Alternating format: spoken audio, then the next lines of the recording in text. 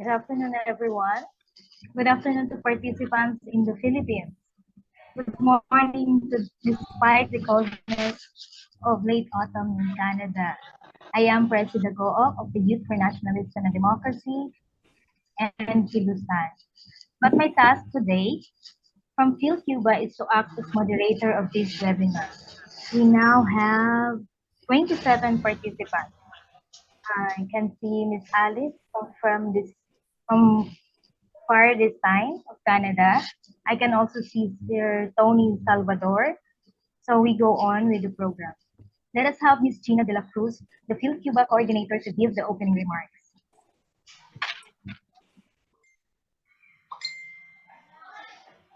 Good afternoon, everyone. Magandang hapon.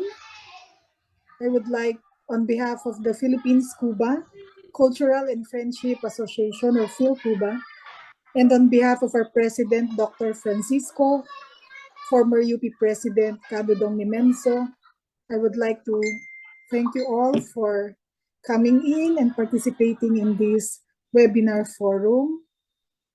Today is the 6th death anniversary of El Jefe Comandante Fidel Castro, and this day we are giving tribute to the man, together with Cuban revolutionaries, who has ignited the Cuban Revolution, and from then on set forth changes for a socialist Cuba. We are very proud to be part of PhilCuba, and we are very proud that PhilCuba and is linked to all networks, to other networks in the Philippines and globally, to be part of the global campaign against the blockade. This blockade that has been imposed by the United States has been here for the last 60 years, I think, and last November 2 and 3 has then again undergone a vote in the United Nations, and then again, our country has voted against or on the lifting of the blockade, and then again, only 2 countries has objected the ending of the blockade. So today we would like to listen to our speakers, give reflections on the impact of Fidel Castro and his socialist revolution that has inspired many Latin American countries and third world countries who are also dreaming of having their countries emancipated from the clutches of US imperialism, and also would share their participation in the global campaign against the blockade. We are also lucky to have Ms. Tamara Hansen. Welcome, Ms. Tamara, who is a seasoned campaigner against the blockade and is now espousing their network is espousing the normalization process of Cuba and US to set forth after the blockades are lifting. So, yun po, maraming salamat. Thank you so much for coming, and I hope more participants will come in, because this webinar or forum, we would like also to inspire and instill fervor for our youth so that they will also become part of this global campaign. So thank you very much, and I'm hoping that we will have a very informative and very warm 2 hours for this forum. Thank you.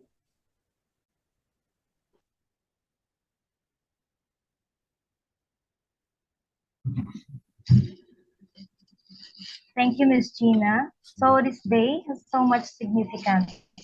We continue to honor Fidel through activities that further the causes he fought for.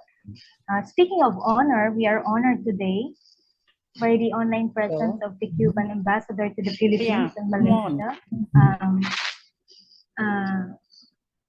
But I think we will have to wait until he's able to join us today. We will move on with our program up to our next speaker. To discuss the topic on socialist Cuba and the global solidarity movement against the blockade, we invited Tamara Hansen. She is the coordinator of Vancouver Communities in Solidarity with Cuba and our VCSC, editorial board member of the Fire This Time newspaper, and author of 5 Decades of the Cuban Revolution, The Challenges of an Unwavering Leadership. Comrades and friends, let us listen to Ms. Tamara Hansen. Thank you so much to our wonderful moderator, and thank you so much to our hosts today with Philippines-Cuba Cultural and Friendship Association. My name is Tamara Hansen, as she mentioned, and I'm the coordinator of a group called Vancouver Communities in Solidarity with Cuba. I'm also an organizer with the International U.S.-Cuba Normalization Conference Coalition, and as was mentioned, the author of 5 Decades of the Cuban Revolution, The Challenges of an Unwavering Leadership. I have also had the honor of traveling to Cuba 15 times since my very first trip in 2005. And as was mentioned, I'm on the editorial board of the Fire This Time newspaper, where I write articles on the gains of Cuba's socialist project on issues concerning colonialism and Indigenous people in Canada. And also, I wrote an article 3 years ago called "What is Canada's Garbage Doing in the Philippines?" which I thought was worth mentioning tonight. I wanted to share a huge thank you with the Philippines-Cuba Cultural and Friendship Association for their invitation to speak tonight. Your effort makes our international solidarity movement for Cuba stronger, as well as uniting our struggle for socialism and the international liberation of the working class. I did prepare some photos to go with my talk this evening, so I'm going to bring those up now.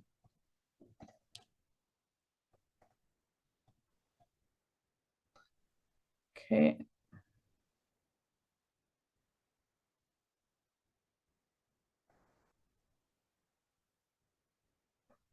So I was invited to speak on socialist Cuba and the global solidarity movement against the US blockade on Cuba.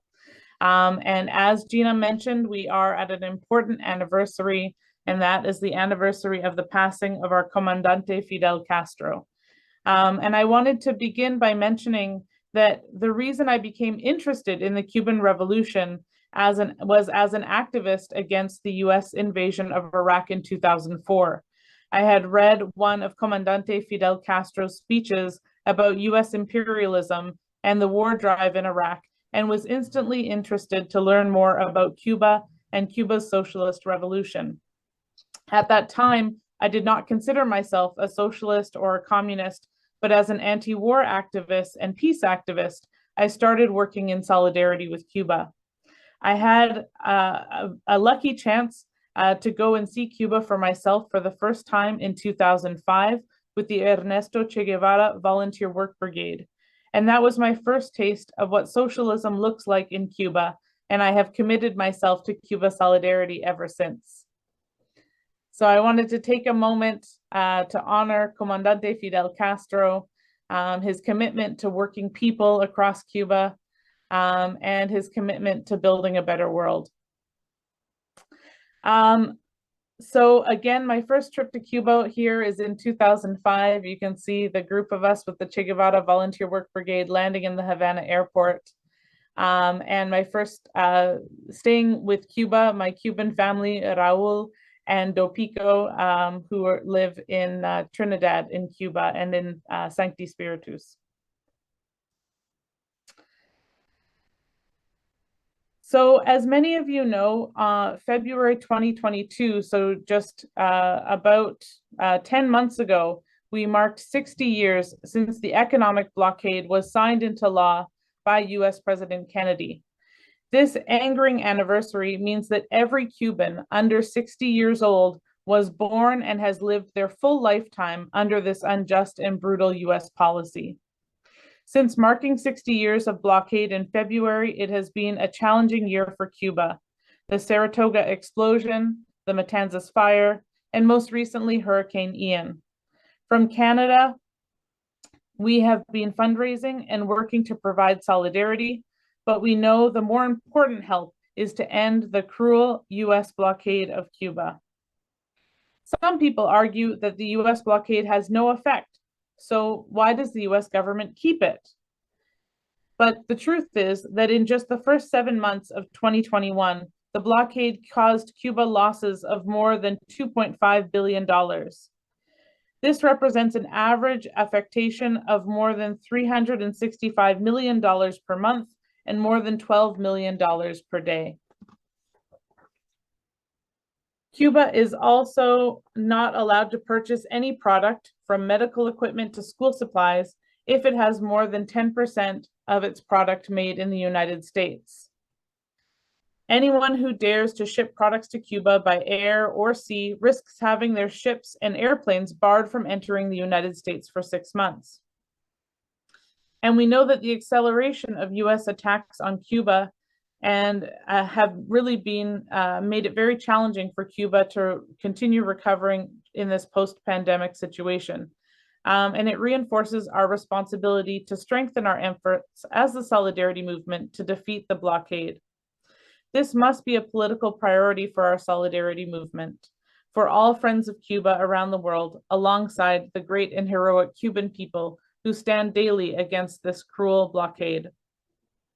As working people gathering from around the world today, we know how tremendous Cuba's socialist project has shown for working people and what it means to put human beings ahead of profit.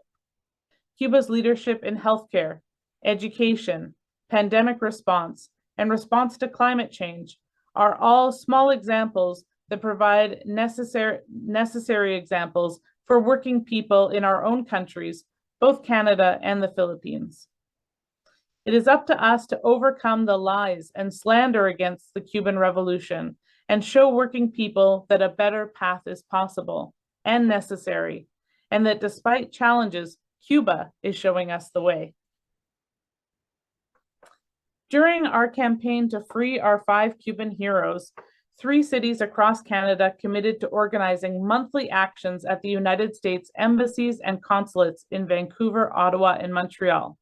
In my city, Vancouver, we organized 110 monthly picket actions before our 5 heroes were freed in December 17th, 2014. So this was one of our final picket actions before the freedom of our 5 Cuban heroes in front of the US consulate in Vancouver. Here's some Cuban media coverage that we got for a banner drop and for having 100 monthly picket actions in favor of the freedom of our 5 Cuban heroes.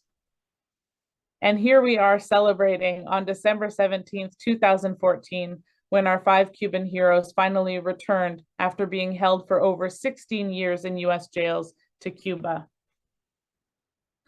But of course, our monthly campaigning was not over, because the blockade continued even though our Cuban 5 heroes were free and the United States reestablished formal diplomatic ties with Cuba. And so we continued going on a monthly basis to the US consulate in order to demand an end to the cruel US blockade on Cuba. And here are some of us on November 17th in 2017.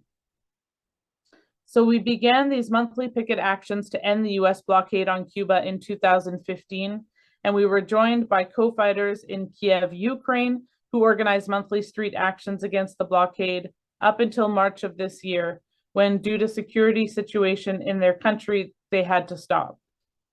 There have also been consistent monthly actions again in Ottawa, as well as in Montreal, and also in Perth, Australia, and many other cities.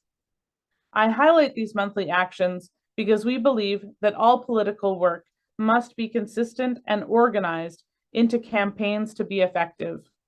We know that US imperialism is very well organized and consistent in its attacks on Cuba, which means our response to US aggression must also be serious, consistent, and united to build an effective international movement.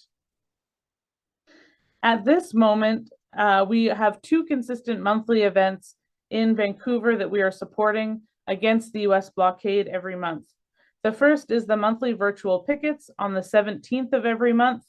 People from around the world join on Zoom and Facebook to talk about their opposition to the unjust US blockade on Cuba, as well as their local activities and perspectives. But also, since the beginning of the pandemic, Oh, I'm going to come back to this one later. I put this in the wrong order. Since the beginning of the pandemic, we have also had 3 26-hour virtual picket actions with speakers from over 100 nations, every continent on Earth except for Antarctica. And most recently, on November 2nd to 3rd, 2022, Vancouver Communities in solidarity with Cuba organized with the US-Cuba Normalization Conference Committee to host a successful 26-hour virtual picket during the debate and vote on Cuba's motion to condemn the blockade at the United Nations General Assembly. We were so proud that we were online speaking out against the cruel and unjust US blockade on Cuba at the same time that Cuba was presenting its arguments at the United Nations General Assembly, and at the same time that 185 countries stood together with Cuba to condemn this over 60 years of blockade, while of course only 2 countries, the US and Israel, continued to vote in favor of continuing this cruel and genocidal policy against Cuba. And the second consistent monthly project that we have taken on here in Vancouver has been the car caravans, initially organized by Carlos Lasso, a Cuban American, and his organization Puentes de Amor, to organize car caravans on the last Sunday of every month against the blockade. They have truly inspired us in the work that they have been doing. And in fact, we were so inspired that in May of this year, I was able to go to Miami when their car caravan was threatened by right-wing forces. I'm not sure if everybody is aware that in Miami, there is a very large anti-revolution, anti-socialist Cuban community who actually support the US blockade on Cuba. And they threatened to attack Carlos Lasso and the Miami car caravan that have been standing up against this cruel blockade on Cuba. And I was so honored to be able to go myself and my fellow organizer with Fire This Time, Allison Bodine, to Miami to show our support for our friends in Miami at this time. So here's a few photos from the Miami car caravan in May. And we outnumbered the right-wing forces. We were about 180 people. They were about 100 people, and they were not able to stop the movement of this caravan, this Puentes de Amor, to build bridges of love and to build bridges of solidarity and to end the blockade on Cuba. And here in Vancouver, we've been organizing monthly car caravans as well. And here in December, we also had a vigil for Cuba, also demanding an end to the blockade on Cuba. We spoke to people in the streets. They came and signed a petition demanding that the Parliament of Canada condemn the US blockade on Cuba. And here we are in September. It was beautiful and sunny in Vancouver. And when the moderator introduced tonight, she mentioned the weather here. And you can see the between my photo from September and my photo from October, how the weather here has quickly changed. But we are still out in the streets, whether it's raining, it's snowing, and we are going to be there for Cuba and against the cruel blockade. So this is our monthly car caravans on the last Sunday of every month, where we're taking to the streets against the blockade. And so COVID-19, this is also from the 24-hour picket, some of the amazing speakers that we had join us. Unfortunately, I know that there was different issues in the Philippines and folks weren't able to participate, but we look forward to having you on our next one. And also the 2 previous ones, Gina has always participated. She's been a stalwart, so we appreciate that. Well, COVID-19 has made our Cuba solidarity work very different and more challenging. We have also been able to use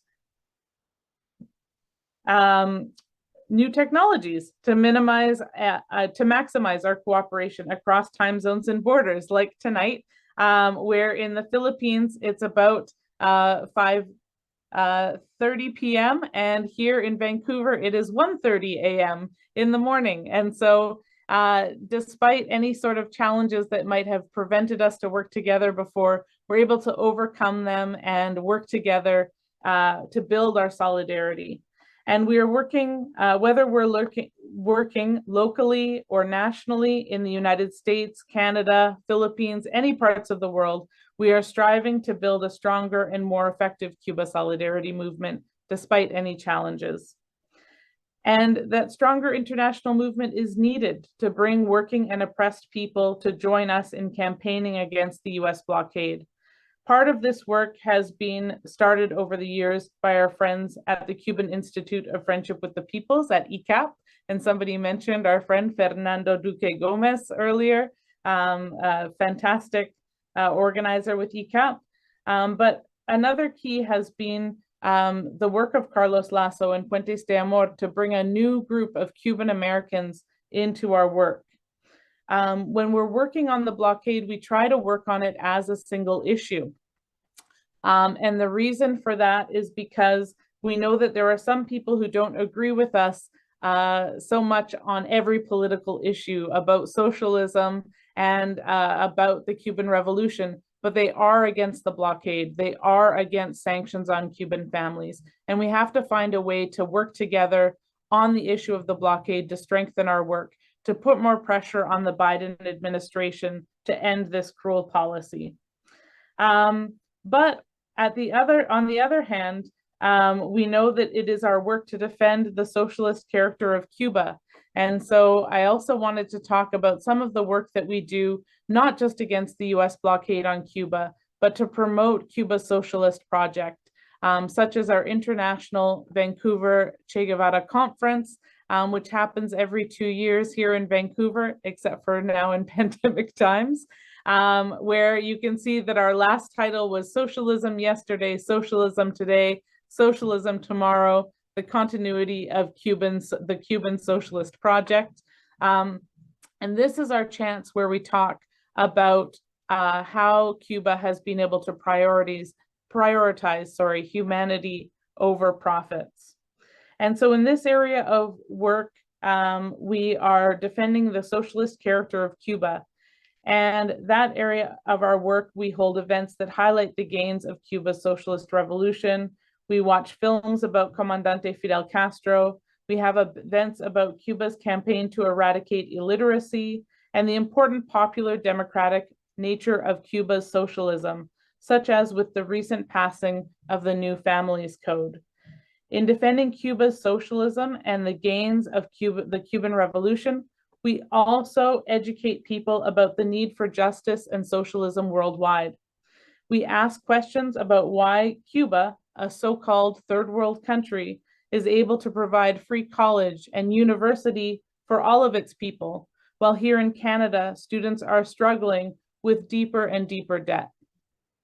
So I wanted to share a few things that we did in June and September of this year. This is an event we had with a speaker from ICAP, with Sandra Ramirez, and also with Eileen Caramanati from the Cuban Embassy in Ottawa, Canada. This was our first kind of event with the loosening restrictions after the pandemic, and it was great to all be back together again, celebrating Cuba and talking about so many aspects of the Cuban Revolution. This September, we also were invited to many events. We had the chance to participate in the El Salvadorian Corn Festival in Vancouver, the Vancouver Car Free Day, and also in the Vancouver Latin American Film Festival, where they showed a film about Omar Portuñada. And so here we are at the Corn Festival, sharing information about Cuba, selling books about the history of the Cuban Revolution, about the history of Latin America, and talking to people about the cruel blockade on Cuba. We were also at Car Free Day here, which was outdoors. You can see it's still nice and sunny in September, asking people to sign petitions against the blockade and to take materials. Here is our newsletter on Cuba and the New Families Code and the dynamism of the Cuban Revolution. We also have buttons that say Abajo el bloqueo, lift the blockade. And to get kids involved, we had coloring pages with Fidel and Che Guevara, as well as about the work of Cinesex in Cuba, and really trying to get young people involved in learning more about Cuba. So while we're kind of on these topics, I wanted to just talk a little bit about something that is close to my heart, which is the importance of traveling to socialist Cuba. And this relates also to tonight, and just kind of as I'm wrapping up here, because I traveled to Cuba in 2018 in November, at this same time of year, at the time that we were marking the anniversary of Fidel's passing. It had only been 2 years at that time. And I traveled with the Calixto Garcia Brigade, which is also a Canada brigade, which goes to Eastern Cuba, to Holguin, to Granma, to Santiago, and to Guantanamo that year. And we met so many amazing Cubans. You can see me here participating in some volunteer work. We visited clinics, we visited schools, and we saw the effect and continuity of Cuba's socialist project firsthand. These are some children who performed for us at a local community center. They performed for us plays that were about the landing of the Granma. They performed plays that were about the history of music and culture in Cuba, and really welcomed us, putting the Canadian flag on the wall, wanting to really welcome the Calixto Garcia Brigade to Holguin. We were also welcomed to a local baseball game where we were able to watch famous Cuban baseball and eat some famous Cuban ice cream, and have a chance to chat with Cubans. And most importantly for tonight, we were able to travel to Santiago de Cuba, where we were able to visit where Fidel Castro is interred in the famous Santiago cemetery. And this is myself and my co-fighter and compañero, Mike Larson, who also traveled with me on the Che Guevara Volunteer Work Brigade. And we were there on November 25th, 2018. It was exactly 2 years after the passing of Comandante Fidel Castro. And in Santiago de Cuba, they organized a march. Children came from school, workers came from their work sites, and they came to march for Fidel Castro, and marched by the cemetery and laid a flower in his honor. And it was so powerful to participate in this walk with the Cuban people, and to talk with them and to see the impact and the legacy of Fidel Castro. You can see here hundreds of thousands of people participated in this march in Santiago de Cuba, and so many of them young people. And it really made it clear how the revolutionary and socialist spirit of Comandante Fidel is continuing with Cuba's youth today. So it has been a huge honor to speak with all of you tonight about the Cuba Solidarity Movement. I'm so inspired to be speaking to friends, co-fighters, and organizers with the Philippines-Cuba Cultural Friendship Association, and to hear about our common struggles, and to be inspired to continue to push for change and socialism. This work must continue, and we need to continue to find common ground and points of unity, develop collaboration and teamwork with patience, confidence, and trust, and to build a united front internationally to defend revolutionary socialist Cuba. We need to work with consistency, with cooperation and creativity to build a campaign that is strong enough to truly end this criminal US blockade on Cuba once and for all. Our international work has really grown in leaps and bounds, so let's continue working together to defend Cuba against the US empire and the cruel and unjust blockade. Let's work together to dismantle imperialism, lift the blockade on Cuba, abajo el bloqueo contra Cuba, viva Cuba revolucionaria, viva Díaz-Canel, viva Raúl, viva Che, viva Fidel, and viva las Filipinas y la solidaridad internacional. Gracias. Viva, viva. Viva. Gracias. Thank you for that wonderful speech and wonderful sharing of yours. You were able to navigate Canada, Vancouver, Canada, solidarity campaigns, and also we are very interested actually on that part of traveling to Cuba, because PhilCuba is actually planning to go to Cuba this October 2023, and we're hoping to get some pointers from you and ECAP on how to do a 10-day or probably a 12-day tour in Cuba with all those exposure in different areas of Cuba. That's a fantastic idea, and I would be so happy to help you with anything I can from here. Yeah. And anytime you need somebody to come and talk about how amazing Cuba is, I'll be there to help. Thank you so much. I'm very thankful for the sharing of Ms. Tamara. It was truly very inspiring. And the work that she does is very important. It's very inspired to continue doing socialism. We want to really work harder to fight imperialism and to further defend the revolutionary work of Cuba and the rights of the people of the world. First, before we proceed, I'd like to acknowledge the following organizations and their representatives who are among those who are able to join us in this afternoon's affair.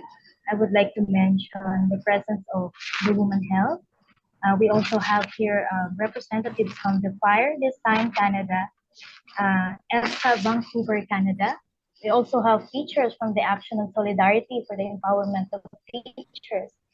We also have representatives from the Kilusan para sa Pambansang Demokrasya and Anti-Imperialist Movement for National Democracy. Those representatives from the NCR, Zambales, and Cebu. We also have youth representatives from Youth for Nationalism and Democracy, and also Motorcycle Diaries learning session of health workers.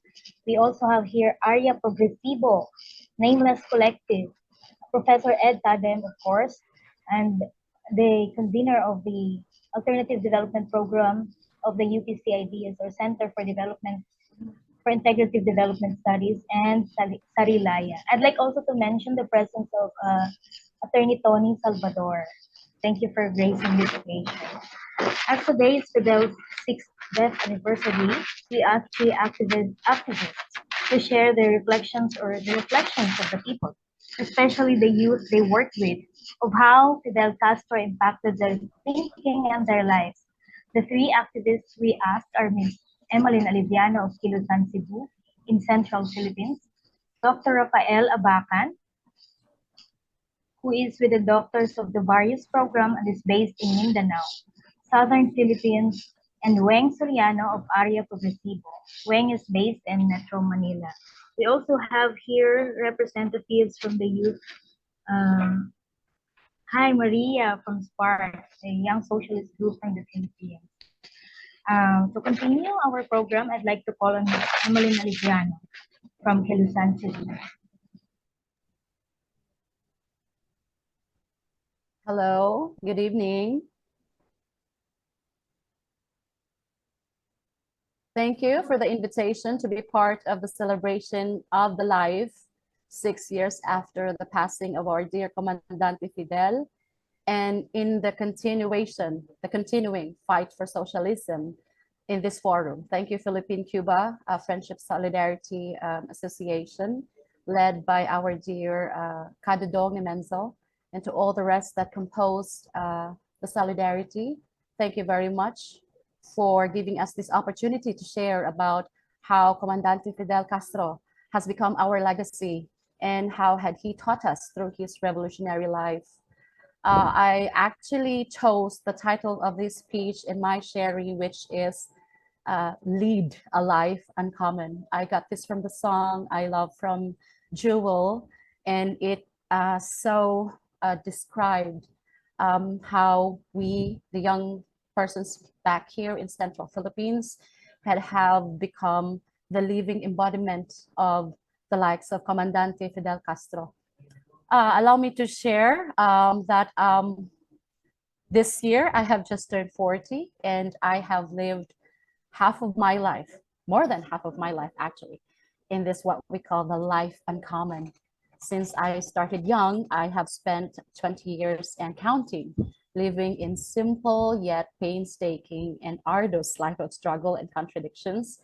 And in fact, living against the tide, surviving each day by sacrificing comfortability and convenience and giving up self-centered and keen-based ambition, including material success. Looking back, I still wonder how did I go through that 20 years of life in struggle and contradictions. Just like Tamara, I come to get involved in this life in the movement during the anti-war in Iraq back in 2003. I was just ahead 1 year from you, Tamara. But up to this day, actually, we still encounter from family, friends, batchmates at school and back home, even those we deem to serve, the grassroots who are the oppressed and the exploited in the system, wonder how the likes of us survive. Questions like, do we eat well? What happens if we grow old? Who will take care of us? Are the futures and the so-called securities even a thing? Or something that we worry about? And what if we get sick? Who will take care of us? Can we pay for it? And when we die, could we lay ourselves to rest? Even the silliest question I encounter, can I still buy my private hygienic needs? It's fun actually hearing these things, but it only tells me that we have more work to do and that the situation isn't yet what we call the revolutionary tide or revolutionary fervor, and it remains a challenge for the people and the oppressed and exploited people, the toiling masses in the Philippines, to see our realities, to realize our class-based perspective and standpoint, and really wanting that change.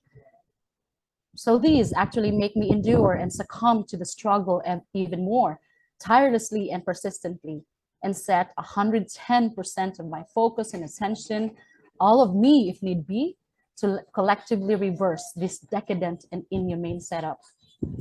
Well, this spirit actually did not come from the heavens, nor it comes to me naturally.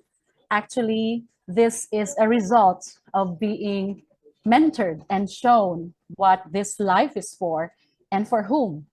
I had been lucky to be, I should say, part of one of the youngest, if I'm not wrong, but inspiring group, and be mentored by our founders who are living testimony of Marx, Engels, Lenin, teachings of Mao, Che Guevara, to name a few, and of course, by Comandante Fidel Castro.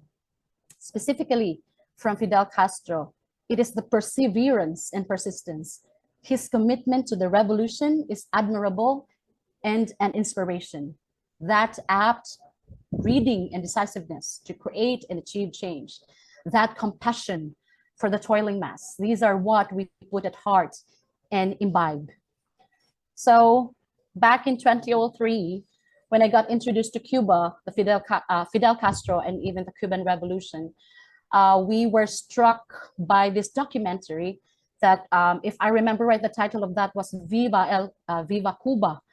It showed how the Cubanos were with Fidel and the revolution at the time, and it was so difficult and with full of international pressure and even at an imminent nuclear war.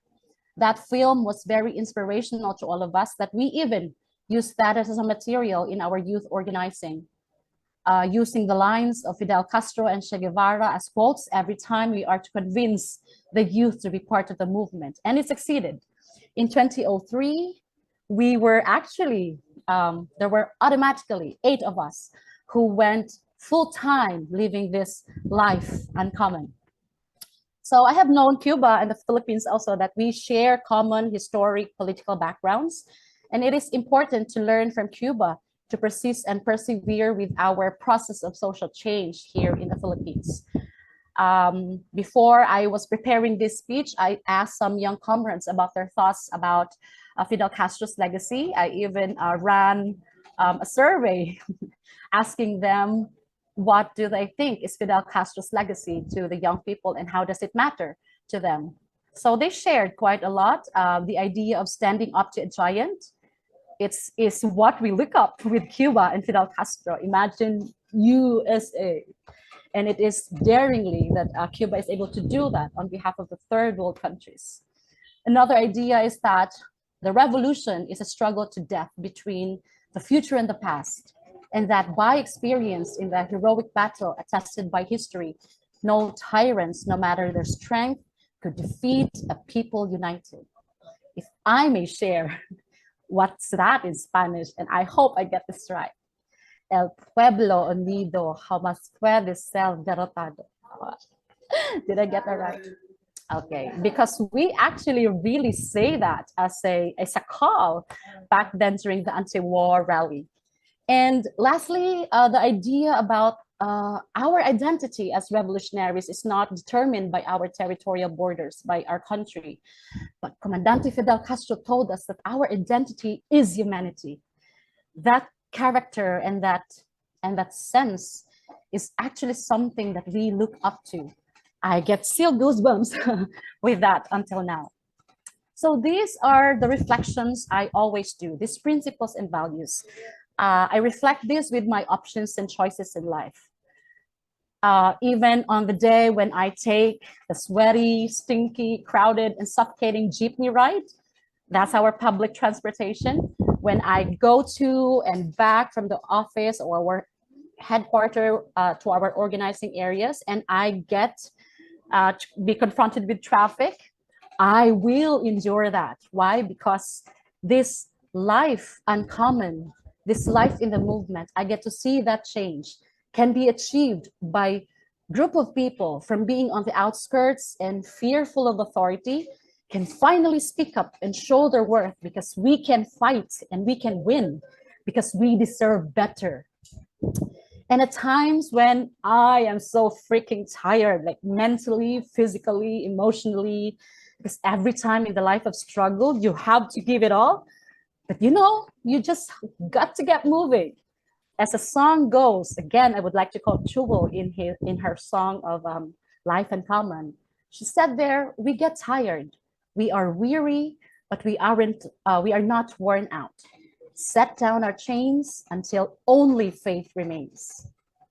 And in times when we are not winning some battles, because there are times that the balance of power isn't yet in our favor, but we dare not surrender, because we just got to keep our voices heard until the sounds of freedom cover the world, to continue to fill our lives with bravery and love and justice. So this is what we learn from Comandante Fidel Castro.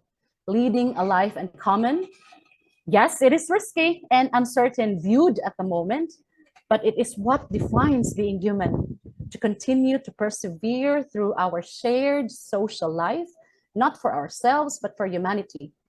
It is in fact all of our mission. Fidel Castro was right. He should be remembered not by his monuments, not by his persona, but by the works, the belief that he pursued, and the life that he lived. We therefore should be living testimony, living embodiment to the revolution, just as he was a living embodiment of all other great revolutionaries before him. Hence, we are Marx, we are Engels, we are Lenin, we are Che Guevara, and we are Fidel Castro.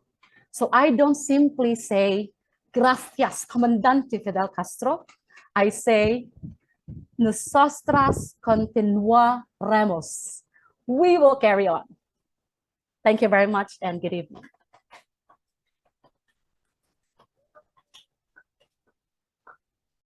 Wow, thank you so much, Emily.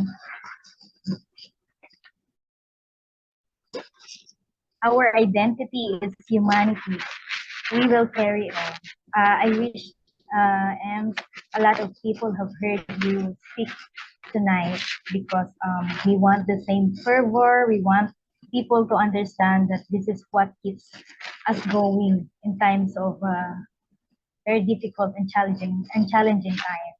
Revolutionaries are truly full of compassion and passionate with their work. And our work, or the work that we do, is work that is made out of our great love for humanity. To continue the discussion and the sharing, let me call on our doctor, Dr. Rafael Abaca. Buenas noches, comrades, friends. What an inspiring set of speakers, and I'm so grateful to be able to be part of this wonderful conversation with all of you. Good evening. I'm Rafael Abacan. You can call me Rap. I'm a physician, yes, and I'm 30 years old. I've been a physician only for about 3 years now, working here in the Doctors de Barrios program of the Department of Health. Originally, I was based in Manila. I lived my whole life in Manila. I don't have any roots in the provinces or the rural areas of the Philippines.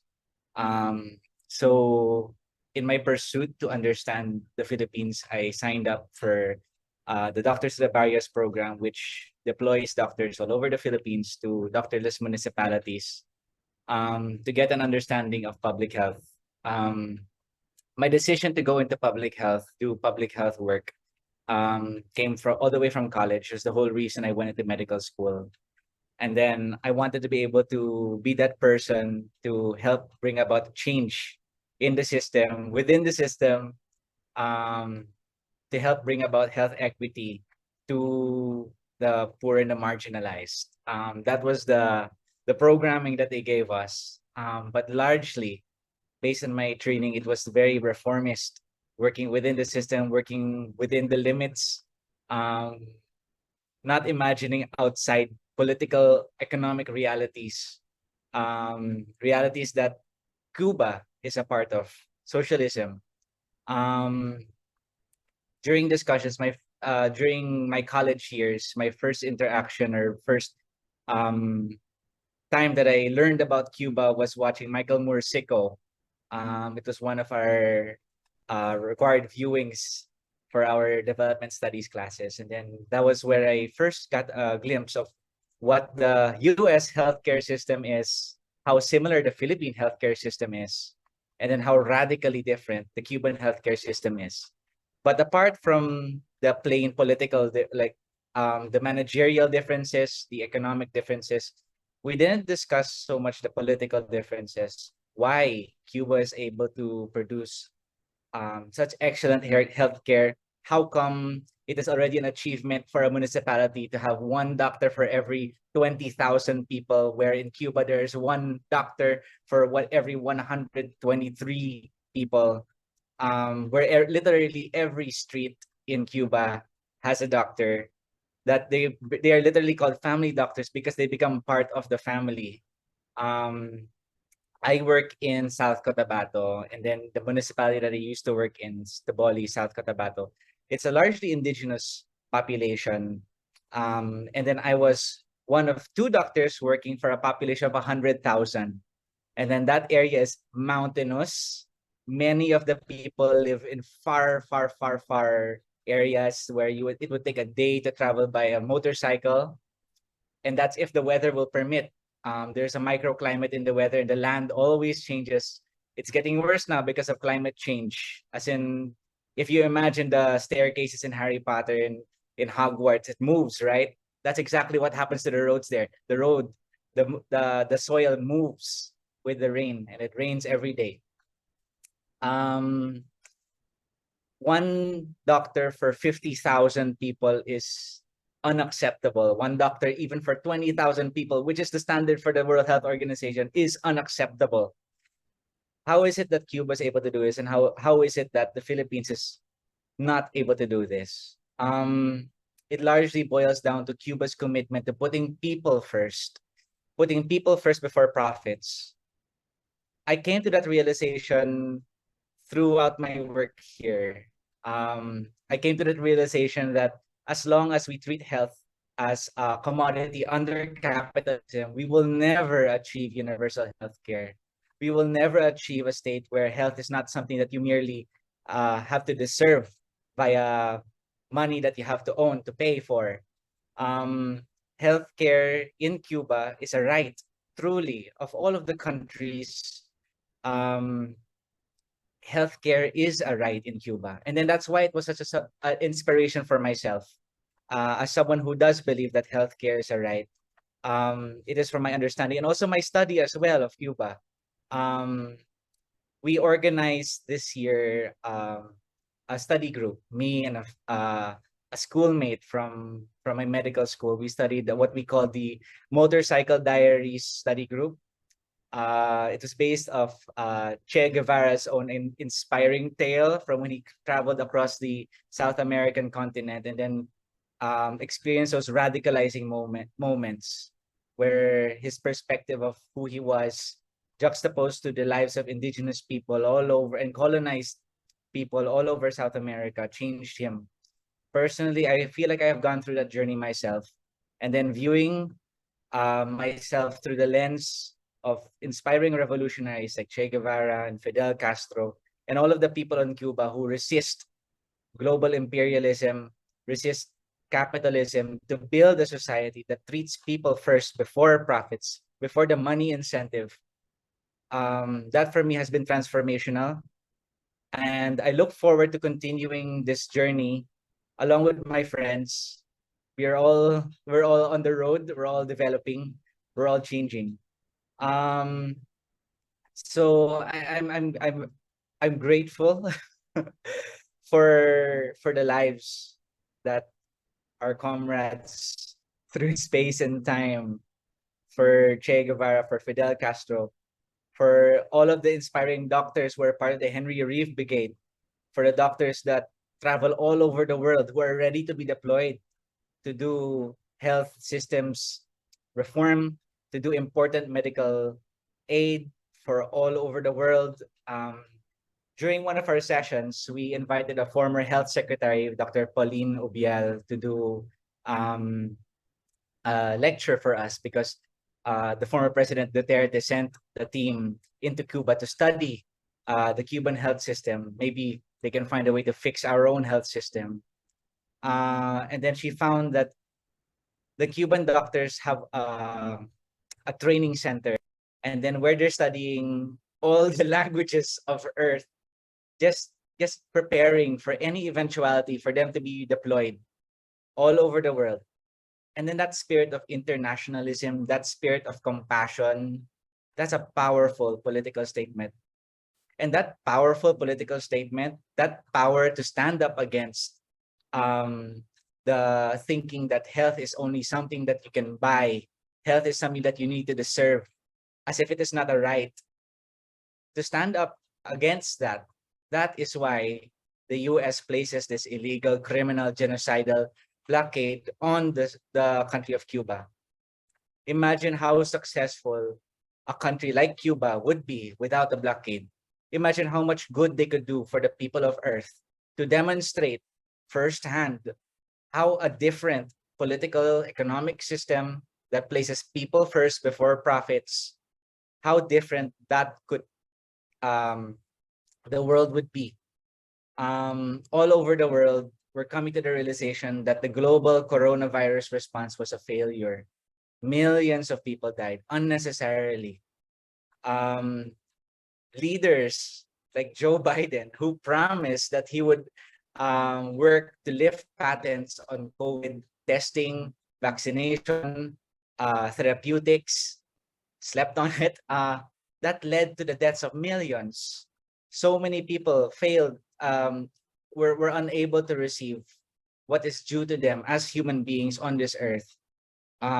Research that is largely publicly funded, gate-kept by billionaire pharmaceutical corporations, keeping knowledge that the world deserves to protect itself from the coronavirus behind patents. Cuba doesn't do that. All of what it has, it's open to sharing. It studies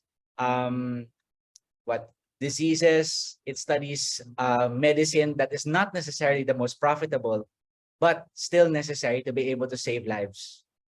That is why I'm happy to be here today with all of you comrades, to stand up against this imperialism, to stand up against the attempt to snuff out a guiding light for all of us here, surrounded by crisis. Yet still, Cuba persists, as will all of us persist together. So that's it for what I'd like to share. Thank you very much again, comrades. Solidarity. Solidarity. Thank you, Raf. Among the things that I quoted from Dr. Raf is people first before profit. This is very important. I think the framework is important. That's what you found when you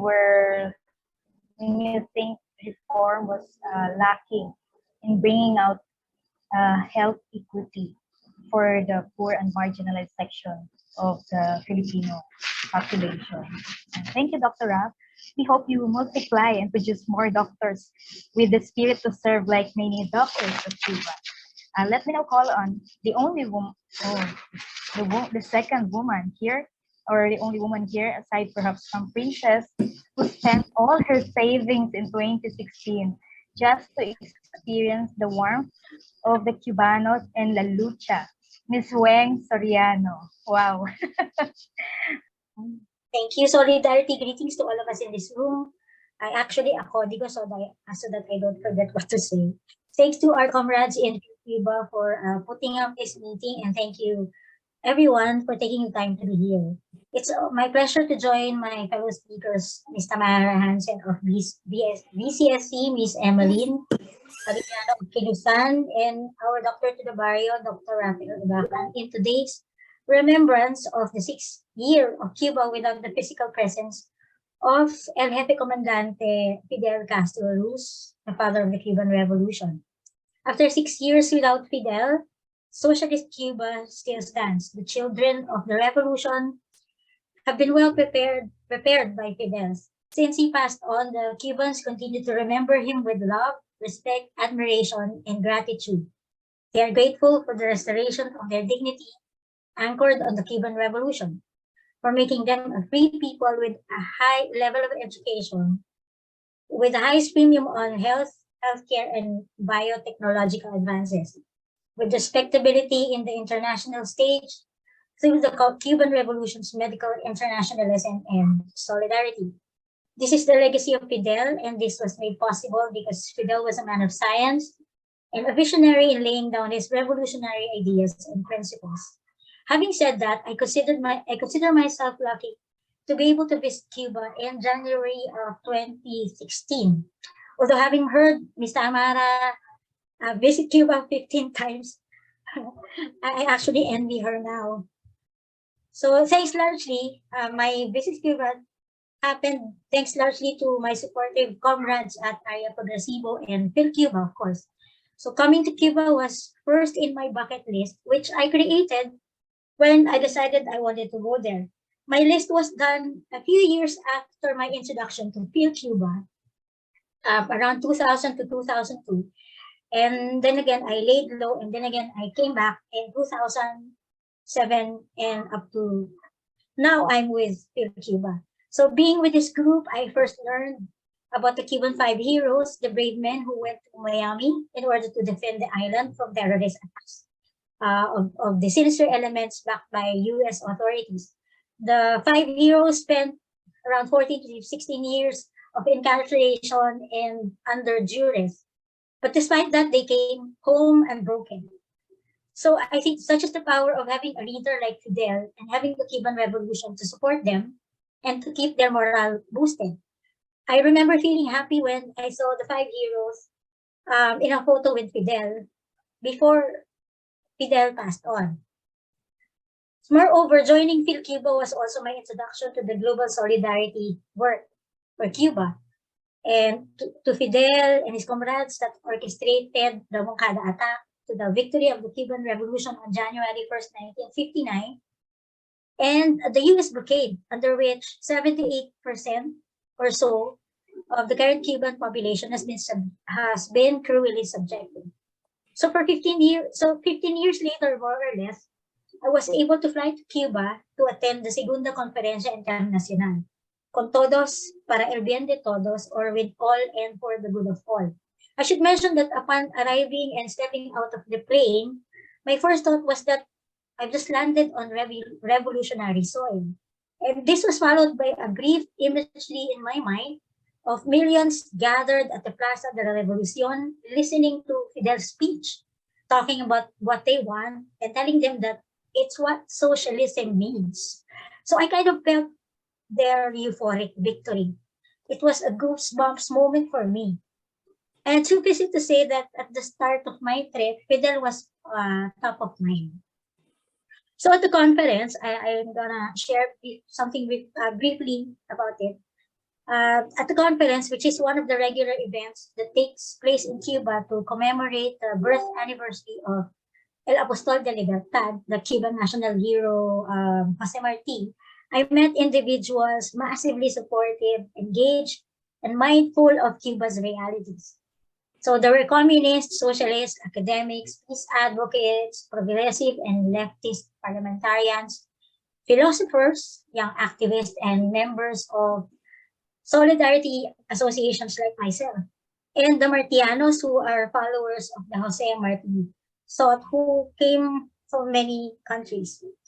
And some UN people were also there because several places in Cuba were recognized as heritage sites and were funding the restoration works. The most prominent participants were the former president of Uruguay, Jose Mujica, the Brazilian philosopher Frei Beto, and the Cuban five heroes, of course, themselves. Honestly, I was hoping to see Fidel in the flesh, either during the opening or closing, not to hear him talk because of his health condition, but just to see him there and be in the same hall. But I understood why he wasn't there. Instead of Fidel in the flesh, they played a recording of Fidel's speech, which was, I suppose, from a few years back, but still relevant to the participants. The conference topics were extensive and linked to Marti's thinking or Marti's thoughts. Through this conference, I understood why Fidel revered and extensively referenced Marti's words, starting with his self-defense and the defense of his fellow rebels during the Mercado trials. Marti's ideas of peace, hope, resistance, justice, democracy, and liberty for his beloved nation and for other enslaved nations were put to heart by Fidel as the leader of the Cuban Revolution. In between attending those presentations in the different salas, I would have conversations with other delegates on what brought us there. I think that aside from expressing admiration for Cuba's achievements and solidarity in the fight against the blockade, the unanimous concern was to know more about how Cuba, especially post-Fidel, was going to continue fending off or defending itself from the massive, well-funded propaganda and regime change attempts of the US in collusion with hostile elements inside and nearby the island nation. And secondly, having a common understanding of Cuba's position on normalizing relations with the US under Obama toward the prospect of eventually ending the blockade.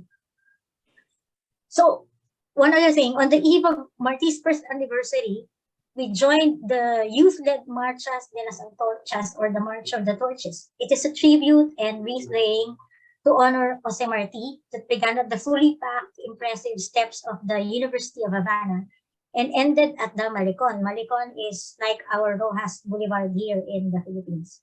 At the front of that march was then President Raul Castro, the President of the Dominican Republic, President Mujica, of course, and some leaders from the Council of States, such as student leader Jennifer Bello of the FEU, or the Federación Estudiantil Universitaria. For me, it's a badge of honor to march along Fidel's brother Raul, Jose Mujica, and the rest of those youth leaders at one point in my life.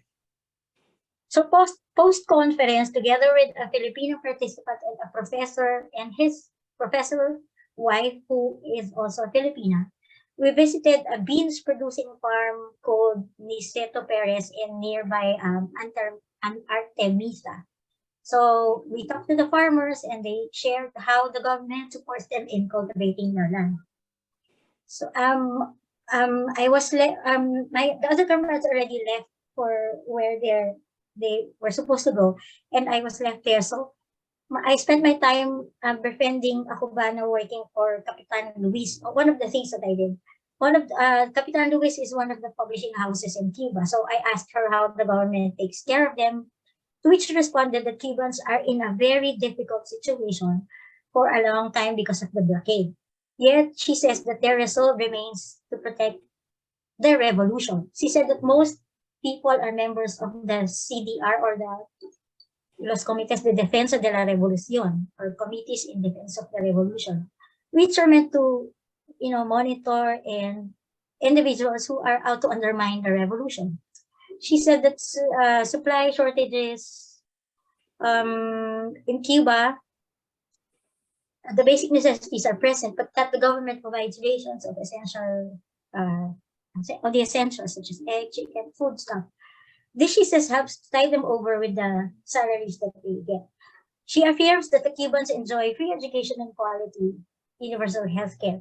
So one can go to the community doctor and get checked, or for serious cases to the hospital and not worry about payment.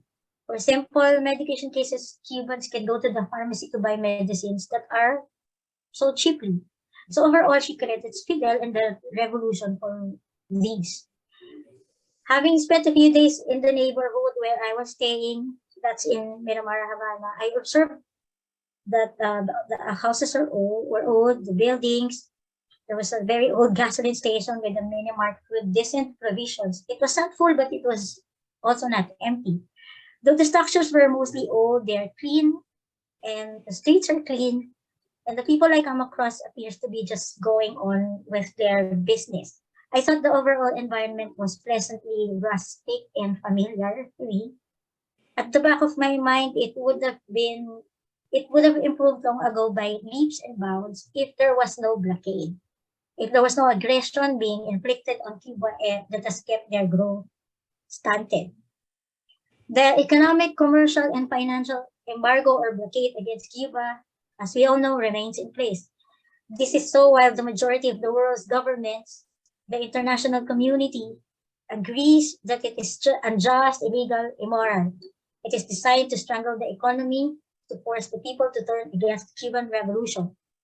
The US government creates scenarios to deepen the impact of this blockade, especially the extraterritorial nature of the blockade, sanctioning US companies and their foreign-based subsidiaries if they dare transact with Cuba. Also designating Cuba as a terrorist state under the Reagan administration in 1982, but delisted by the Obama administration in 2016, but then again relisted by the Trump administration and up to the present. Listing Cuba as state sponsor of terrorism adds another layer of preventing Cuba from doing international transactions or from international financial access, among other things. Fidel and the Cuban Revolution have been facing this genocide with unbending will to overcome the difficulties from day to day. I think socialist Cuba stands until today because the Cubans stand by the supremacy of their ideas, because they know that the Cuban Revolution is a continuing task of defying and resisting the savagery of US imperialism. Thanks to Fidel's ability to read people and analyze situations, to his consistency and tenacity in action, to his commitment to just ideas, toward uplifting the quality of life of Cubans, to his socialist praxis, and to his disarming charm, as these were the qualities that made him a constant reminder of the Cuban Revolution's reason for being. Fidel breathed and lived as a servant of the revolution.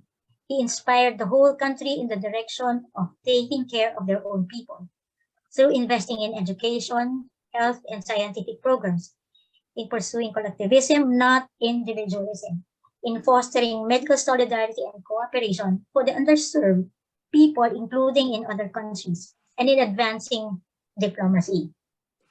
The triumph of the Cuban Revolution was the first legacy that he bequeathed to the Cubans. The second was how the revolution made Cubans educated, skilled, knowledgeable, and experienced in the ways of life and the world. He made the Cuban population a dignified people, and although they have been confronting the criminal blockade for the longest time, socialist Cuba will go down in history as one of the most relevant defeats of US hegemony. With that, I exhort everyone to join the People's Campaign all over the world in demanding the end of the blockade against Cuba, including those imposed by the US on other countries, So, viva Fidel, viva la Revolución, viva Cuba, socialista. Thank you.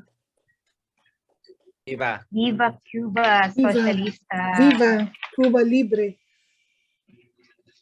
Thank you, Ms. Weng. That was a very wonderful sharing. I can see messages in the chat room saying na sana daw ay lahat makapunta sa Cuba. So hoping that they can also visit Cuba, even if it's going through rough times these days. It's still good to see the revolutionary work of the Cuban people in their country, flourishing despite the blockade and despite the many challenges. For our participants, please prepare your questions and comments so we can go to the next number. You may raise your hand on the Zoom to be acknowledged, or you may ask through the chat. So you may toggle on the Zoom handles, and you will see that there is an option to raise your hand if you want to ask a question, or if you want to be acknowledged, if you wish to share your insights in the sharing. So far po, I'll read for now the comment of our speaker, Ms. Tamara Hansen. Thank you, Weng Soriano, for mentioning the importance of fighting for the U.S. government to remove Cuba from their so-called state sponsors of terrorism list. This is a very important campaign for us to work on. Okay, so if you also have questions, if you wish to share, oh yes, here we have also a message from Ms. Tamara. Thanks, Emmeline Aliviano and Dr. Rafael Abacan, for your words. Very strong and inspiring. Meron pa po ba? Does anyone in the room wish to share? Maybe we can proceed first to our musical break. Let me introduce Sining Dilaap, a cultural performing group in Cebu. While membership in Sining Dilaap is not limited to young people, most of its members are in the youth and student sector. This cultural group is a member of Kilsan Cebu. They are singing a Filipino adaptation of the Latin American song Adi Salambrar. Ladies and gentlemen, please enjoy the performance.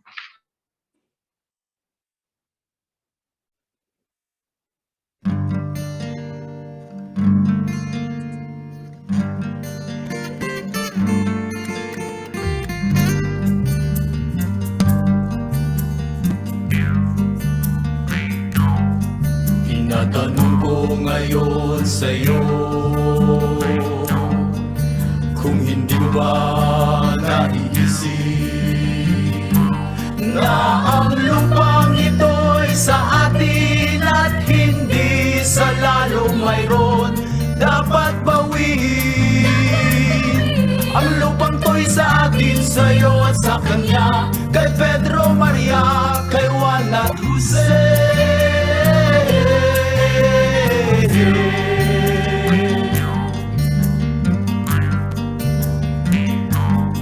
Tinatanong ko ngayon sa'yo, kung hindi mo ba naiisip na ang lupang ito'y nilinang natin sa ating mga kamay, dapat bawiin. Ang lupang to'y sa atin, sa'yo at sa kanya, kay Pedro Maria, kay Juan at Jose.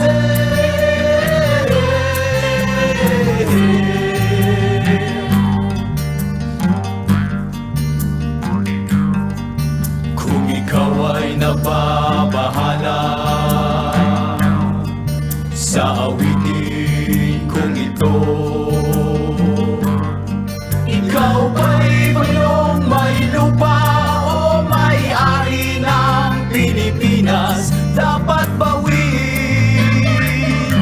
Ang lupang to'y sa atin, sa'yo at sa kanya, kay Pedro Maria, kay Juan at Jose.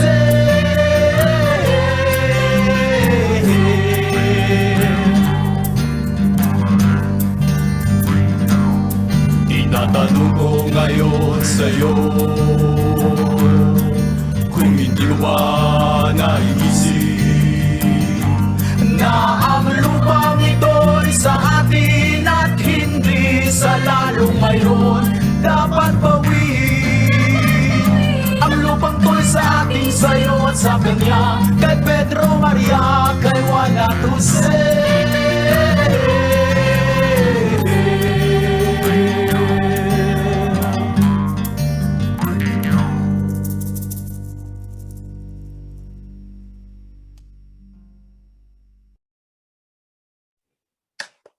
Muy bien. Thank you. Mabuhay. Yes po. Thank you very much. The Sining Dila performance are not merely icebreakers now, but really integral to the totality of the program.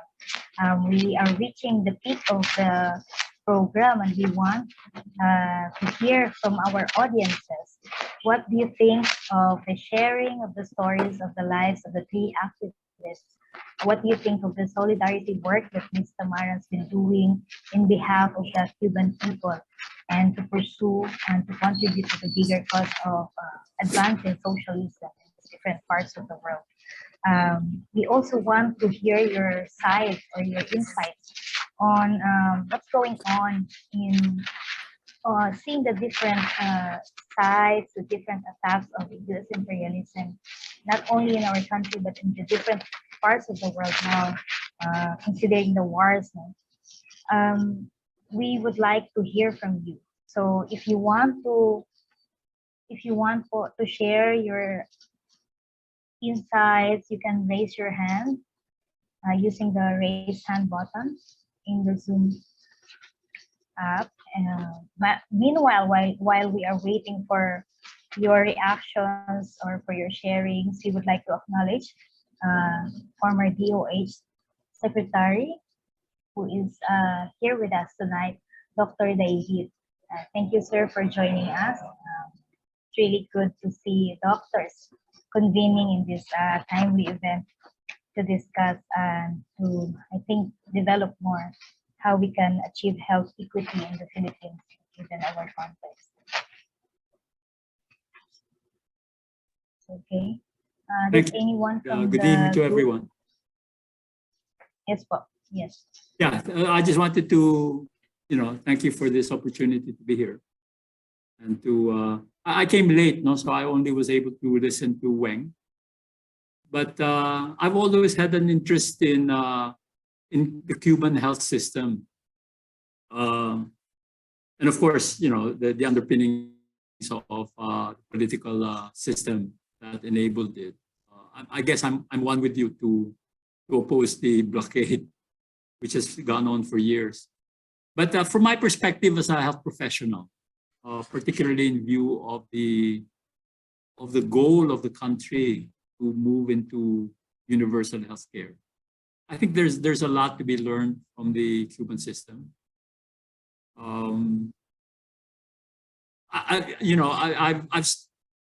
I've followed the Cuban system for a number of years. I haven't been to Cuba, but I've listened to people who have been there, and I've read things about the system.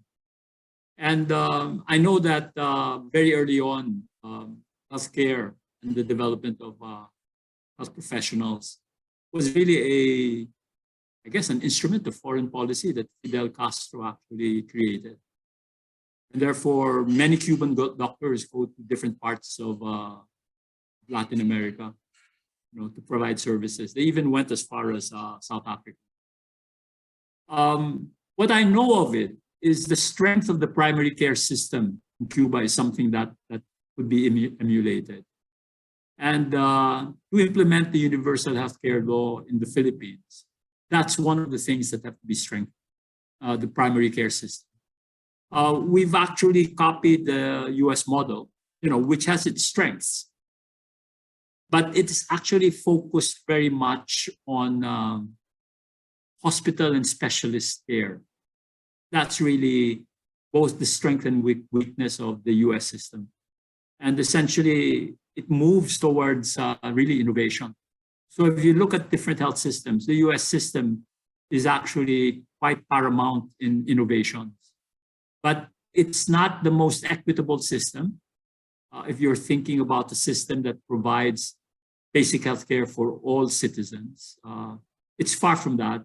It's very, very expensive. And, it's interesting to see, this balance between having really very developed care that only a few will be able to afford, and to have a system that's really more socialized. And it doesn't even have to do with socialism. For example, if you look at the UK system, that's a socialized care system that's tax-based. And they try to have healthcare across the board for all UK citizens. And so this is an interesting perspective in thinking about healthcare. And so the Philippines is actually at hold, you might say, of trying to create a system that actually reaches all its citizens. And in the Philippines, a large portion of people, Rapabakan, who is now in South Cotabato, I guess has explained that to you. That's really the goal, okay? To have a primary care system that's able to provide basic health care for all citizens. And to move that slowly forward so that as the economy grows, the system even becomes more sophisticated.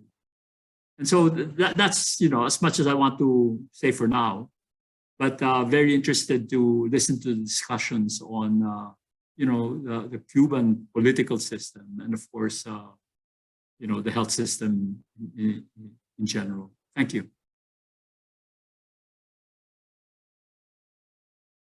Thank you, sir. I'd like to say also that Dr. Dairit was the former dean of my medical school back when I was in medical school. So, sir, it's very, it's wonderful to have you over here. Yeah, very, very happy to hear from you. Very happy to see you.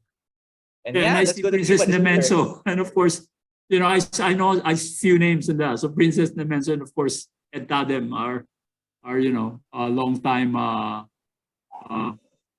colleagues and acquaintances. Comrades. Thank you. Thank you. Thank you, sir. Pressy, can I just react also? It's so good to see Dr. Dairit joining us. If I may say, Dr. Dairit, when he was still a young doctor, or probably was one of those who pioneered in popularizing the initiative, the importance of community-based health programs. So they really went all over the country propagating the idea of the initiative should come also from the communities to organize themselves. No? So I just wanted to say that he had the progressive outlook, which continues today in his capacity wherever he is. He's always concerned, of course, of improving the kind of health system that we have. Yeah, thank you, Dr. Dairit. Thank you, Princess, for acknowledging that. Thank you. Pressy,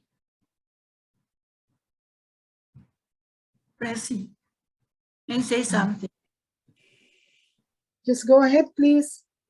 I'd like to ask Dr. Rapp, what kind of health system did you encounter in your Doctor to the Barrio program? Was it geared towards primary care, or was it something else? Okay, thank you for that. Yeah, so I guess to put it into context, I work in the Department of Health, which is the National Agency for Public Health in the Philippines. I work as a primary care physician. So my main experience, my frontline work was dealing with patients and on patient basis day to day. I also did planning for health programs such as our response to the coronavirus pandemic. So I was the one helping set up the isolation units, helping people figure out how to work with very limited PPEs. So that's the government aspect. But as we know, the Philippine health system is largely private based, or most of the health spending in the Philippines most of the health financing comes from the private sector, and then that means a lot of outpatient costs for patients. So I'm one of two government doctors working in the municipality of Tuboli in South Cotabato. Again, so that's two doctors for 100,000 population. For a land area that's larger than Metro Manila, most of it is mountainous.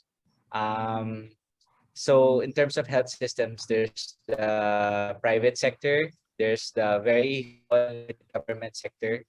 And then even in the government sector, there's intricacies there because their health system is devolved, which means that there's local autonomy at the level of the municipality. That's the municipality of Tiboli. And then again devolved up until the level of the province. So there's autonomy in terms of the budget. There's autonomy in terms of the directives for health. So I'm part of a central agency which really does most of the work for setting guidelines in advocating for health among other public health institutions at the local level. There is an effort now for universal health care. It means reintegrating healthcare from the level of the municipality up until the provincial level. But again, there are still so many challenges in terms of just getting the right number of nurses and doctors. Again, I am one of two doctors in a municipality of 100,000 people. I don't think I will have enough days to see all of them. Geographically, it's also a huge challenge to be able to see any patients, or even for patients to come to me. And again, working within the system, navigating patients through the system is a major challenge because here in Mindanao, there's also limited access to specialty care, limited access to obstetricians, surgeons, specialists in the ears, nose, throat, ophthalmologists, dermatologists, psychiatrists especially. If you can imagine, schizophrenia is quite a common condition, which is a mental health condition which kind of breaks your hold of reality. It affects 1 in 100 people. So if you have a population of 100,000, so you have 1,000 people with schizophrenia, and then one psychiatrist working for two provinces, Sultan Kudarat and South Cotabato, right? So you can imagine the huge challenge that our country faces. And then largely also, I'd like to go back that this is a political problem. It also has to do with how we're producing doctors and what the doctors are geared towards in terms of where their careers are headed. Most doctors actually end up into more specialty training, very much like the United States. They end up into specialty training instead of going into public health work, instead of going to primary care work, further training, and then the specialist training, subspecialist training. And then actually most of our doctors too, they go abroad. I know many of my batchmates are already taking exams for the UK, US. Some went to Canada. Yeah. So yeah, I think that at the basic level, maybe that's what I want to talk about. Ayun. Thank you, Ralph. For the last minutes of our webinar, I will continue to be the moderator. Press's internet has been lagging. It's on and off. So Ralph, for the information of everybody, Dr. Ralph Abacan also initiated the Motorcycle Diaries learning session for health workers and medical practitioners in the Philippines. So I think every 2 months they're doing sessions to understand the public health system in Cuba and the social system that nurtured that public health. So this is kind of a two-way learnings for them about Cuba.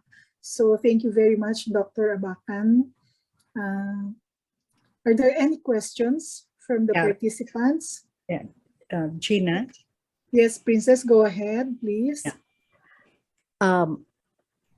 I want to ask Tamara. Is she still here?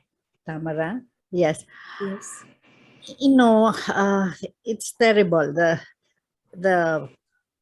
resolution presented at the UN every year has the support of practically all the countries except 1 or 2, you know, every time. And this, I think this is the 30th. Is it the 30th time this has been presented? But normally this should have been passed because it's overwhelmingly, you know, for the lifting of the blockade.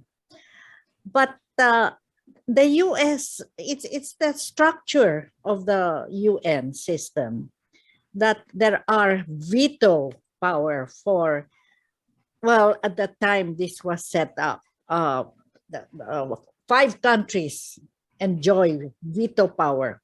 So just one of these countries with veto power, if you know, they vote against the blockade, against any resolution, nothing goes. So how, I mean, even if all the world, how do you think, how can we win this?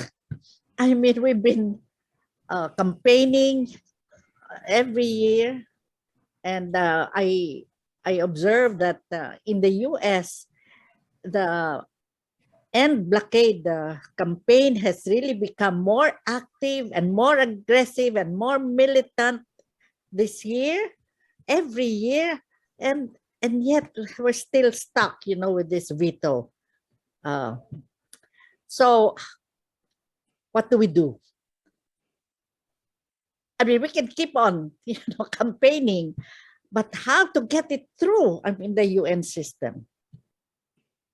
Thank you so much. That's a really important question, and there's a lot of different ways that I could answer it. The first thing that I'll just say is that the United Nations General Assembly, which is where every country in the world is supposed to have a vote, is non-binding. The body that has binding resolutions at the United Nations is just the Security Council, and that's where those 5 countries have that veto power. So that's the contradiction of our international system, that the body of the United Nations that actually includes every country in the world is a non-binding body.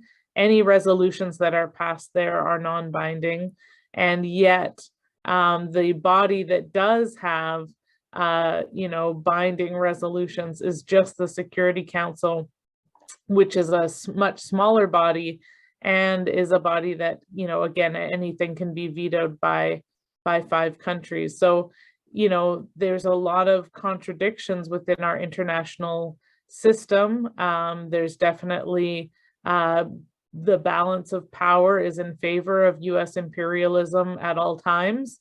And that means that our struggle at the United Nations partly is to show that the world is standing with Cuba, and that despite the US being a bully internationally and having the military might and the economic might, it does not have the moral legitimacy of the world on its side.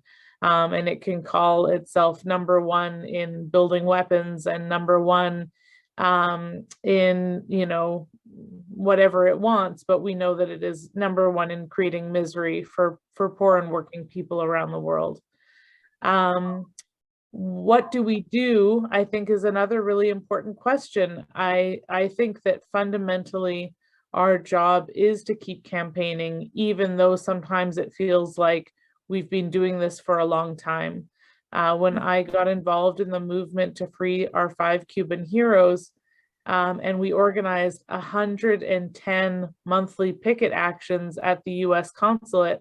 We had no idea when we were in front of the US consulate on December 5th that our 5 Cuban heroes would be coming home December 17th. It was a shock. And yet things moved very quickly all of a sudden when they moved. And we had been saying for many years, oh, our campaign is growing, our campaign is growing. And it had been, but it still was not as big as we would hope.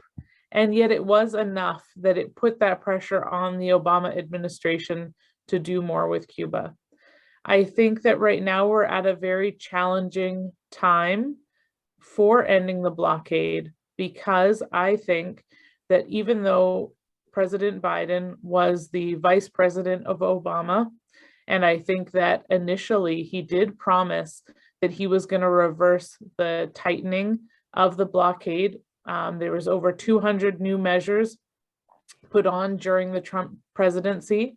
Biden promised he would revoke all of those tightenings done by the Trump administration. And maybe he was going to. I mean, you know, sometimes we have to say, why would he say it if they weren't thinking about that? But I think that the US government saw the COVID-19 pandemic, saw that how much Cuba relies on tourism, how the tourism industry basically died overnight because of the COVID-19 pandemic, because of how seriously Cuba took COVID-19 and Cuba's decision to protect its people, again, over keeping, you know, the tourism industry open or reopening too soon, which I think is so important. And the Biden administration, rather than saying this is the time for us to work more with Cuba, to intervene more with Cuba, they decided this is the time for us to strangle harder, to squeeze harder. And that is the unfortunate situation that we've found ourselves in, where we thought once Trump was gone, we might have a little bit more space. We know the Democrats always had, you know, the blockade was put in place by a Democratic president, by President Kennedy. So we can't have too much faith in the Democratic Party. But we thought we might have a little bit more space under Biden. But I really think that they, you know, their goal, whether it was under Obama or Trump or Biden, is to kill the Cuban Revolution. And they're just trying to decide what's the best way to do that. Open Cuba's economy and, you know, try and invest and push Cuba in a capitalist direction by, you know, lessening the blockade, or squeezing Cuba's economy and starving the country to the point where people, their hope, of course, is that people will reject socialism and bring back, you know, deformed capitalism to Cuba. And the truth is that either way, I think the Cuban people will defend their revolution. But of course, the Cubans are demanding an end to the blockade.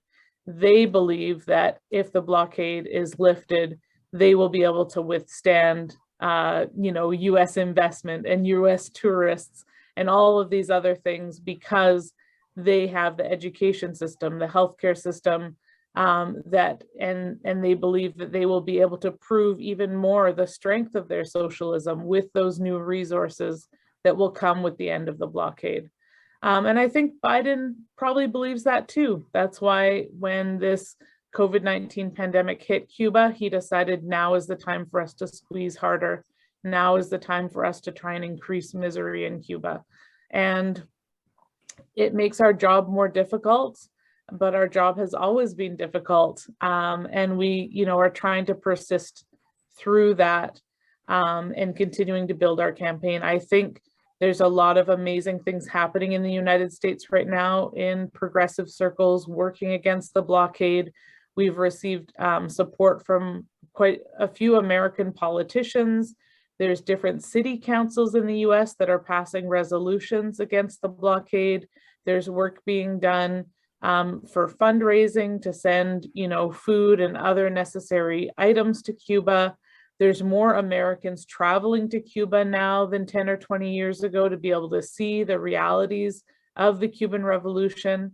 So that was a bit of a long answer, but I think my point is that we unfortunately have to stay the course and continue to try and bring creativity and bring consistency and international cooperation to our work, but that there is no magical pill that's going to convince US imperialism to change. It's only going to be through uniting and working together that we're going to be able to make a difference. Thank you so much. Yeah. Thank you so much, Tamara. Can I follow on your- that? Yeah, please, Princess, go ahead. Tamara, has any group, anti-blockade group anywhere, Canada or the US, has any group ever thought of filing, let's say, a suit in the International Criminal Court for this genocidal policy?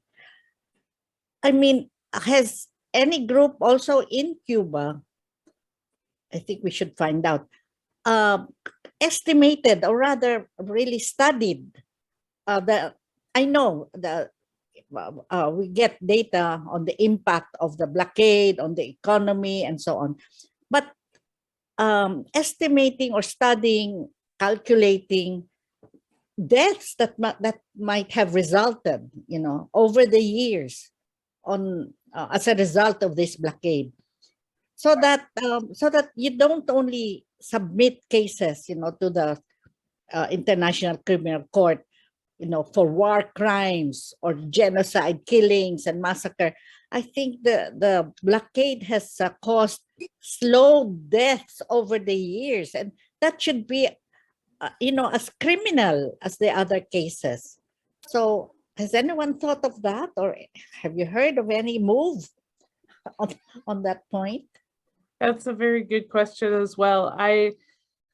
I believe that around the time of the case of the Cuban Five, there were some lawyers who were interested in actually, taking different charges, but more around the, what is the term that they use? The arbitrary detention of the Cuban Five, and questioning the, the unbiased nature of the US justice system, and that it was clearly quite biased against the Cuban Five. But I haven't heard of anyone talking about taking the US to an international court on the issue of the genocide around the blockade. And I think that would be very interesting and something that we should think about, talking with lawyers who work on international law, who might be able to, who might be interested in working on something like that. I would also, of course, want to talk to our Cuban friends as well and see what they think about the idea. But I think that's, seems very important. Again, even though I don't have a lot of faith in the international system, I do think that it's important to point out their hypocrisies. And I think that it's important to publicize the fact that, certain cases are being taken in front of international courts all the time, the enemies of US imperialism, but US imperialism is never taken to an international court, not for Iraq, not for Afghanistan, not for so many other crimes that they have committed. And one other point that you mentioned was prior to bringing up the international court. Sorry, I forgot the beginning of your question. Well, yes, taking filing a suit. Okay. Yes. So National Criminal Court. Yeah. Okay. Yeah. So that would be my answer to that. I think that it's a very interesting idea and something that could be considered. But there are also, I should say as well, groups that are definitely working more on, lobbying US politicians at all different levels And I think that that's, there's a lot of work happening in the United States at a very grassroots level. These campaigns, a lot of us are volunteers. We're not, paid organizers. And we're doing this work in order to really raise awareness about Cuba, and again, to bring an end to this cruel and unjust blockade. And I do think another issue that needs more attention in the US, Canada, and around the world is Cuba, removing Cuba from the US state sponsors of terrorism list, which was brought up really importantly by Wang earlier. This is a key issue for Cuba, because this is preventing them from doing international deals with other countries, because other countries can kind of be burned because they're working with anyone that's on the state sponsors of terror list from doing work with the United States. So it goes even beyond just the blockade to this kind of political arena of so-called, terrorists and state sponsors of terrorists. And this is another really big campaign that we need to point out the huge hypocrisy of the United States accusing Cuba of sponsoring terrorism. It's just ridiculous. And there's just really no foundation for it whatsoever. And so it should be an easier campaign for us because it's so obvious. But again, so many of these things are challenging to get the real story out there. Yeah. Okay, thank you, Tamara and Princess. There's another question from the chat box from Dr. Dairit. Can I read it? Tamara, is there, in terms of foreign policy, does the US pose any conditionalities on Cuba for the blockade to be lifted? That's a good question. So a lot of times there haven't been discussions happening between the Cuban government and US government, because the US says there's certain conditions that they want met before they're coming to the negotiation table. But then under Obama, we see that they were able to meet at that negotiation table without any, preconditions. So, even when they list conditions, it's often a choice. But often, the types of conditions that we hear is that they want a multi-party democracy in Cuba. They don't recognize Cuba's democratic system, which, if you research it, there's some excellent articles and books out there about it in English for sure, and also in Spanish. I don't know about Tagalog, but there's a lot of fantastic books about Cuba's democratic system and how people are involved in the grassroots in this system. And yet the US says it's not a democracy unless it has a multi-party system. And there's also other conditions. Sometimes they mention things about freeing so-called political prisoners. But again, when you investigate why these people are in prison in Cuba, it generally has nothing to do with politics and has to do with violent criminal activity, or related to drug charges, or related to accepting money from a foreign state to commit acts against your own state, which is, treasonous in any country. And so, these things are pretty contradictory. Those are kind of the main things that I can think of that the US kind of talks about often as kind of conditions for why it's imposed the blockade on Cuba. And and that's what they would kind of posit are conditions for having the blockade removed. But really, I think that to have the blockade completely removed will require international pressure. I don't think that the US is going to make major changes without us doing the campaigning and doing the work to put pressure on them. And the only thing that would be, suitable for the United States is if Cuba basically surrendered its revolution, surrendered socialism, and said, we're ready to go back to being a semi-colony of the United States. We're ready to let all your corporations in, bring on McDonald's, bring on the Nike sweatshops. That's what that's what the United States government really wants to hear. That's not what they say publicly, Yeah. but that is really what they are asking, is for Cuba to get back on its knees and not stand on its feet. Well, Dr. Dairit says thank you to Tamara, and thank you so much, Tamara. Are there any more questions? Maybe I can accommodate one more. It's already 7:03 or 7:05. So if we can accommodate one more question or comment. Well, I've really enjoyed all the comments from my other speakers. I just wanted to say thank you so much to everybody else who spoke. It was really inspiring to hear about this amazing work. I just wanted to mention in response to Dr. Rafael Avacan that we actually have a Cuban friend who's a doctor from Cuba who left Cuba and is now living in Canada due to different family circumstances. And she's now training to become a nurse in Canada and finding it very challenging, learning about how Canada's system operates and the contradictions and the lack of humanity and the lack of human care that really goes into our medical system here, and kind of how illogical some things are because money is constantly in the conversation rather than the well-being of patients and their families. And so I applaud you for the work that you're doing at the grassroots level, and your new group working on educating healthcare providers in the Philippines. That's just tremendous and so needed all over the world. So yeah, I think that's just fantastic to hear about. Thank you, Tamara. Thank you, Tamara. Who would have known that the Cuban 5 heroes went home?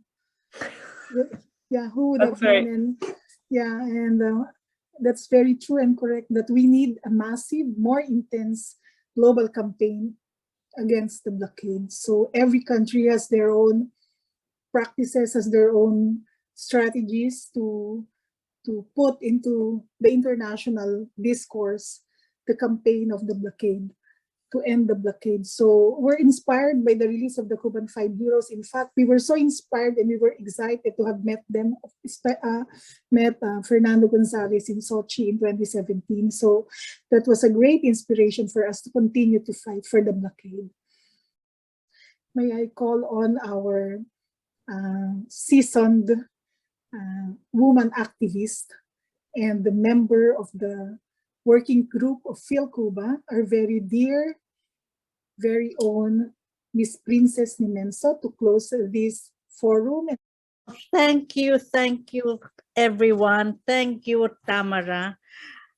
It has really been such a great opportunity to hear you and to hear about the work that you do. I know we do our own bit here, but it's also nice to exchange, efforts so that we can draw inspiration from what others are doing as well. PhilCuba, well, thank you also to our other speakers, Emmeline from Cebu, and Rap, our young doctor in the hinterlands of Mindanao, and Weng also. Weng went to Cuba 5 years ago, but when we did not hear the full report of your visit until now, so we're so impressed and we're so happy to hear, from our own members, their own thoughts, ideas, and yes, their own view of Cuba.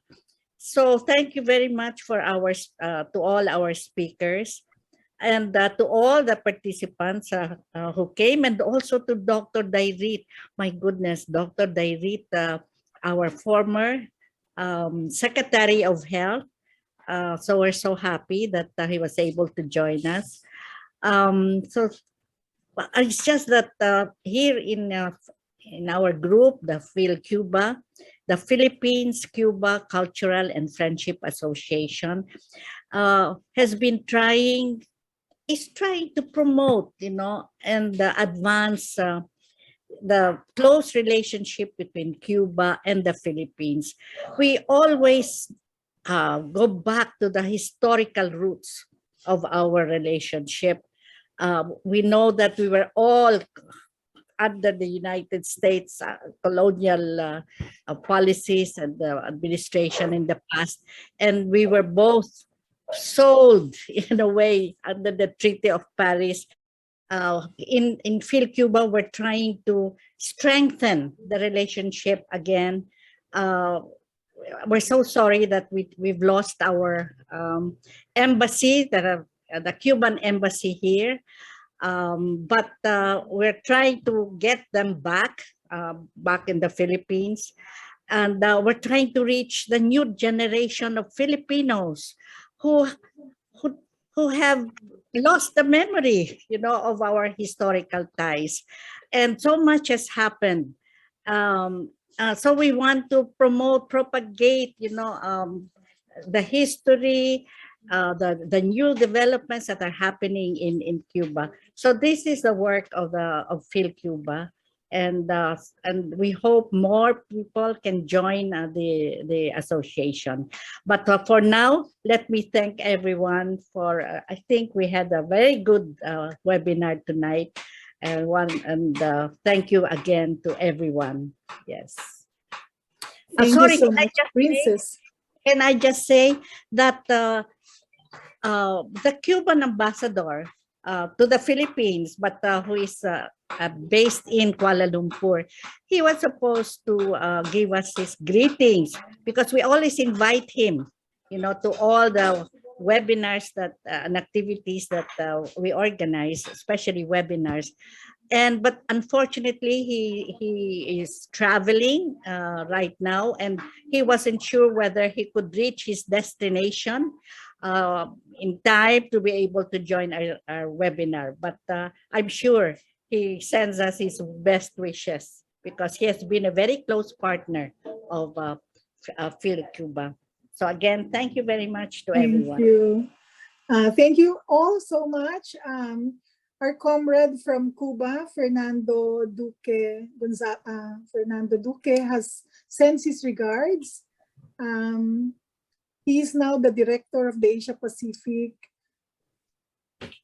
Pacific Network in solidarity with Cuba, of ICAP.